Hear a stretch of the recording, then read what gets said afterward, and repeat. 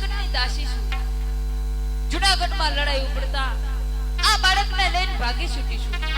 અરે ભાઈ, આ બાળકની આયુષ્ય વધે એવું મને કઈક ઉપાય આપો ભાઈ. ગોર મહારાજ, આ બાળકની આયુષ્ય વધે એવું મને કઈક ઉપાય આપો. હા, હાલની તકે જુનાગઢ જાઓ. જુનાગઢ કોની? નરસિંહ ભગત પાસે. જરૂર આ બાળકને આયુષ્ય મને આપશે. ભલે ઉતાવળા પગલે હમણાં જ હું જુનાગઢ નરસિંહ ભગત પાસે જાઉં અને આ બાળકને આયુષ્ય લઈ આવું.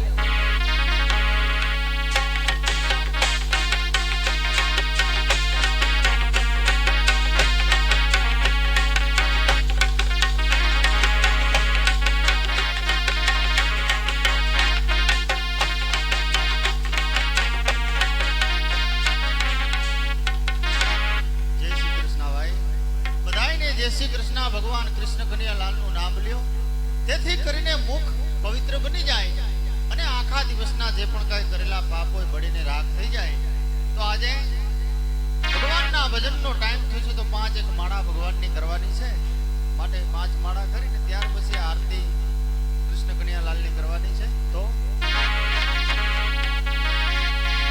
એ હવે મારી એ ઊંડી શિકારો મહારાજ ને સાબડા ગીરધારી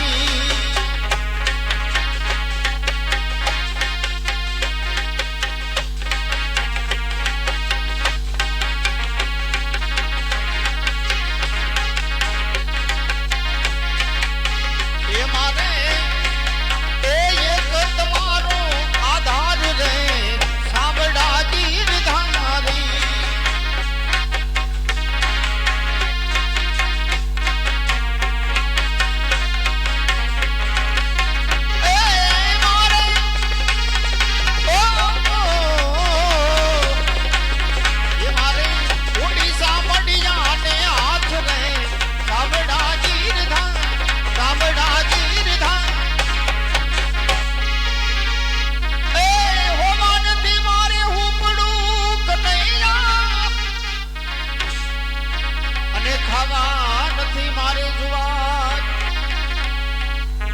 बेटी में तो बड़ा बीजा ने मैं तो पाछी बड़ा भी झरा मार ने ये सामड़ा तीर धारी.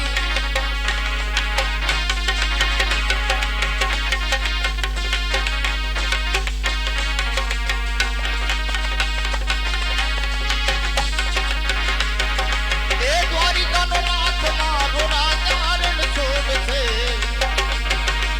મને માયાની લગાડી રે એ ગાયું ભગવાન મારો રાજા રણ છોડશે એને મને માયા લગાડી રે સુદામાનો મિત્ર મારો રાજા રણ છોડશે આ એને મને માયા લગાડી એને મને માયા લગાડી.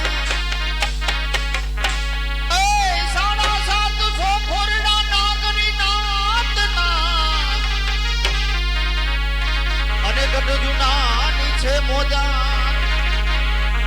નથી એમાં આ નરસિંહાને ભાઈ નો કરું એ મારી નાયને કાઢો છે નાથ માર દે સાંભળા ગીરધાર.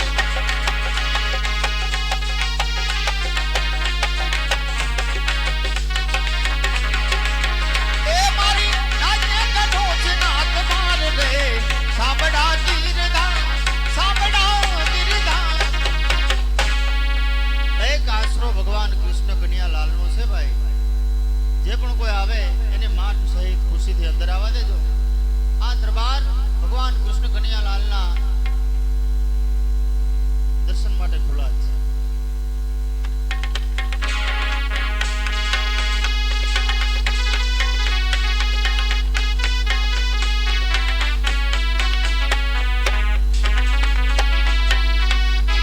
જય શ્રી કૃષ્ણ ભાઈ. જુનાગઢ આવી ગયું. નરસિંહ ભગત નો ચોરો ક્યાં છે ભાઈ? નરસિંહ ભગત પાસે જવું હોય તો ક્યાંથી જવાય ભાઈ?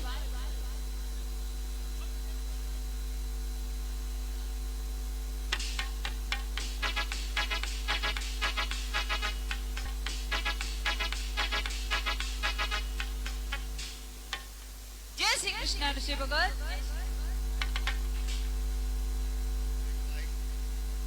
કોઈ દિવસ નહીં આજ નરસિંહ મહેતાના ઝટક ચોરે આવવાનું કારણ એક હાથમાં કોમળ સળીખું બાળક છે અને વળી કાંઈક ચિંતામાં દેખાવશો બેન, શું વાત છે બોલો? અરે ઋષિ ભગત, હું એક જુનાગઢની દાસી છું ઋષિ ભગત. જી હા. રાજમાંથી ભાગી છૂટી છું. રાજમાં લડાઈ ઉપડતા આ બાળકના માતા પિતા સ્વર્ગવાસ ચાલ્યા ગયા છે અને આ બાળકની આયુષ્ય વધે એવો મને ઉપાય આપો ઋષિ ભગત. ઓહો બેન, કારણ કે તમે એક જુનાગઢ રાજના દાસી છો. જુનાગઢની અંદર લડાઈથી બાળકને લઈને તમે ભાગી છૂટ્યા અને આ બાળકને તમે આયુષ ગોરધાગર જોવરાવ્યું તો આયુષ ફક્ત 3.5 દિવસની. હા ઋષિ ભગત, 3.5 દિવસમાં શું રાજભોગ શું વૈભવ એટલે આ બાળકની આયુષ્ય વધે એવો મને ઉપાય આપો. અરે બેન, આ બાળકની આયુષ વધે એવો મારી પાસે શું ઉપાય હોય? કારણ કે હું તો એક ભગવાનનું ભજન કરવા વાળો માણસ અને મારી આયુષ તો વૃદ્ધ થઈ બેન. મારી આયુષ આને નો ચાલે. માટે તમે બીજે ગમે ત્યાં જાઓ, મારી પાસે આયુષ વધે એવો કોઈ રસ્તો છે નહીં. અરે નરસિંહ ભગત, જો ઘણી ઉમ્મીદથી તમારી પાસે આવીશું અને આ બાળકની આયુષ્યને તમે ના પાડશો તો 12 હત્યાનો પાપ તમને લાગશે. આશરો તો એક ભગવાન કૃષ્ણ કન્યા લાલનો છે. આશરાની લાજ કદાપી ન જાય. અને કહેવતમાં કીધું છે કે લાખો મરજો પણ લાખોનો પાલનાર કદાપી મરજો નહીં. આ તો એક લાખોનો પાલનાર છે, સોરઠનો સિરતાર છે. પણ બેન, આનો એક જ રસ્તો છે. કારણ કે ભગવાન કૃષ્ણ કન્યા લાલે મને એક જ દીકરો આપ્યો છે. નાનો એવો દીકરો છે. નિશાળે ભણવા જાય તો પાટીમાં ધૂળ નાખીને આવે. આવો ભગવાને એક દીકરો આપ્યો છે. એનું નામ સામળસા રાખેલ છે. હા નરસિંહ ભગત, પણ જાઓ બેન, સુરતના સિરતારની જો આયુષ વધતી હોય ને તો એકના એક દીકરા સામળસાની આયુષ આ બાળકને હું આજે કૃષ્ણ અર્પણ કરું છું. બોલો નરસિંહ ભગત. જાઓ બેન, ચોકે ચોકે ફટાકડા વધાવો, રાજમાં ગોળધાણાને બતાસા વેસાવો, તુલા રાશિને રામ માંડલિક રૂડિયોનું નામ રાખજો અને કોઈ ચિંતા કરતા નહીં. સારા વાલેડા ગાઓ. મારે એક ઠેકાણે ભજનમાં જવાનું છે, અહીંયા ભજન કરી આવું અને પ્રસાદ પણ લેવાનો છે. હો બેન, એ પરણિયો બંધાય એમાં જ સોદા ગીત ગાય. એ કનૈયો મારો પરણિયામાં ક્યારે મોડી જાય.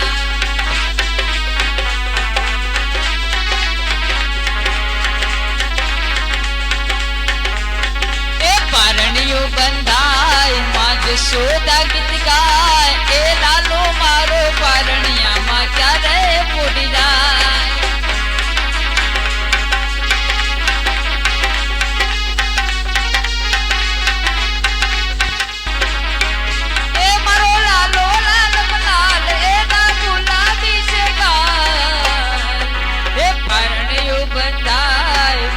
સોદા ગીત ગાય.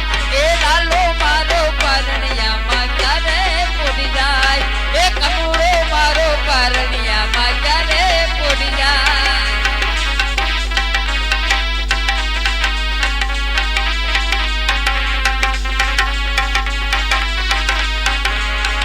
એ મારા લાલા ને હિચકે જુલા